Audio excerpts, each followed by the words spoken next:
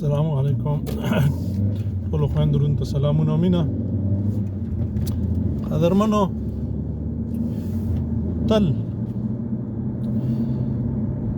چونکې زمونږه روزنه نه ده شوې، تربیه شوي نه یو، روزل شوي نه یو، نوره نړۍ دا موږ او تاسو چې مخه کړې ده په خوله وایو کافر دي کافر دي او د کفر ځمکه ده او ځان مړ کوو، ښځه پرېږدو، بچي پرېږدو، مور پرېږدو، خپله خاوره پرېږدو، خپل دین پرېږدو، خپل جوماتونه مدرسې پرېږدو او د دې خاورې ته ځو.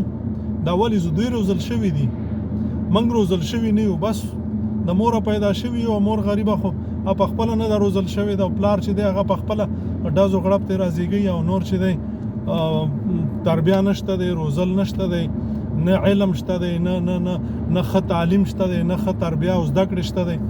نو یو سړی چې کور نه پیژني، مور نه پیژني، د کور آبادي نه پیژني، د باندې د کوڅو او د منطقي آبادي نه پیژني، د جومات او د ښوونځي آبادي نه پیژني، او داسې نور د بازار. موږ او تاسو خپل ګورو چې په بازار کې موږ څه کوو، یو کیله خورو، پوټکی غورځو، دلته لیاړو غورځو، بیا د ماف دلته توکاو، هلته توکاو، دا شی په لغتې ووه. دا ځکه روزل زموږ نه دي شوي. نو چې روزل هم نه دي شوي، بیا څه کوو؟ د خپله کوره تښتو، د خپلې موره تښتو، د خپل پلار تښتو، او د خپل وطن تښتو، د خپلې خاورې تښتو، او بیا کافرو ته ورځو. او هغه کافر چې موږ په خوله هم وایو، مولایان هم راته وایي، مور و پلار هم راته وایي، ځمکه هم کافره، خاوره هم کافره، خلک هم کافر، پیسې هم کافرې، او موږ هلته ورځو. نو دا ولې؟ دا ځکه چې د دوی تربیه شوې ده او زمونږ تربیه نه ده شوې.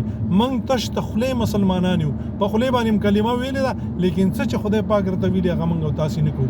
که موږ او تاسې مټې راباړي وو، لرې نه ده وي ماښام چې سار چې ورک شي او ماښام پیدا شي هغې ته ورک شوی مه وایه. که چېرته موږ او تاسې مټې رابړي وو، سر دننه موږ تربیه وکړو، تاسې باور وکړئ پوهېږو ورباندې. خو دا چې وګوري چې ټوله ټولنه په یو طرف روانه ده، زه څنګه په بل طرف باندې لاړ شمه؟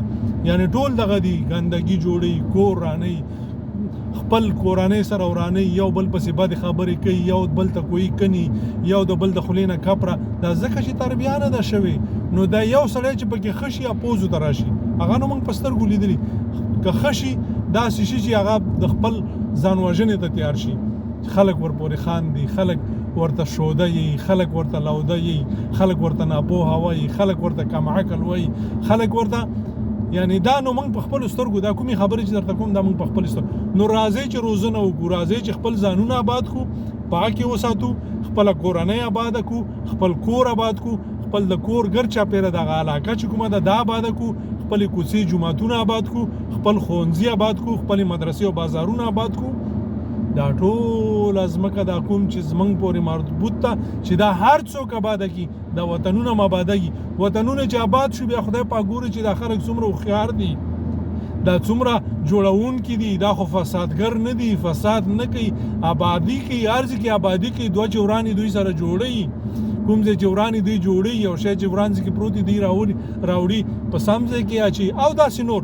نو بیا خدای څه کوي؟ کلم چې ونې وکرلې او پټیم آباد کړل او کوڅې هم آبادې کړلې، البته د ونو نه او د بوټو نه بغیر، د نیالګیو نه بغیر نه آبادېږي. نو بیا څه کېږي؟ بیا دا ونو او بوټو باندې خدای رحم کوي او خدای پاک په دې باندې بارانونه کوي. بیا زمونږ فصلونه، بیا زمونږ میوې، بیا زمونږ اوبه، بیا زمونږ ښایست، بیا زمونږ ساتیري، بیا زمونږ روغتیا، دا ټول دې پورې تړلي دي. نو چې کله موږ او تاسې لاس په کار شو، او دا ډېره اسانه خبره ده، هر سړی باید لاس په کار شي، هر سړی باید کوښښ وکړه چې زه آبادي کوم، او په هیر مو نه شي.